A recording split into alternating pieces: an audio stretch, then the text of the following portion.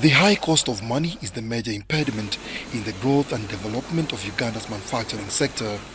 This was disclosed at the second Annual Financial Symposium themed Innovative Financing Solutions for Sustainable Manufacturing Sector. Well, the quality of clients and others, but largely speaking, we have there's a reduction of the risk factors in the country, and therefore there should be some reasonable and affordable costs of capital, especially for the manufacturing sector. With commercial banks' interest rates hovering over and above 17%, Uganda has one of the highest interest rates on loans in the sub-Saharan Africa.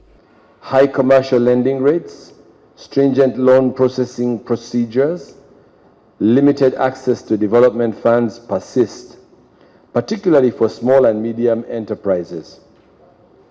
With only 22.9% of the SMEs accessing finance, there is an urgent need for alternative models that align with both the unique needs of our manufacturers and the NDP4's call for increased access to affordable financing. The question is, how did we get here, and what are some of the consequences to the economy? Capital that comes to the bank, we do pick it from the depositors in the market. Now, when you're picking money at a very high interest rate, you will definitely have to give it out at a high interest rate.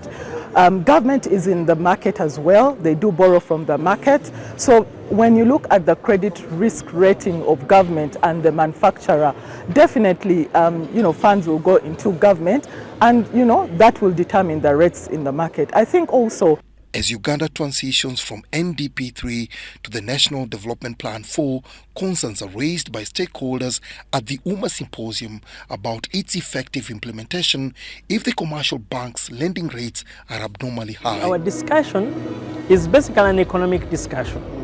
We can do the production, we can do the distribution, we can do the marketing. However, are the finances existing to help us do all that?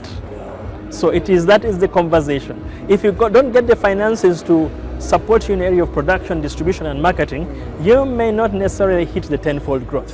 And also don't forget, the demand of the goods depends on the purchasing power of the Ugandans. In their interests that they have institutions that are financing, companies that are financing that can grow the economy. Because when the economy grows, themselves will have the resources in the bank through different.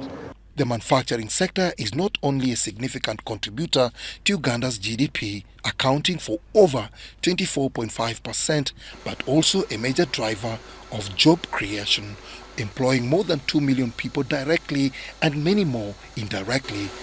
Dennis Igoa for UBC.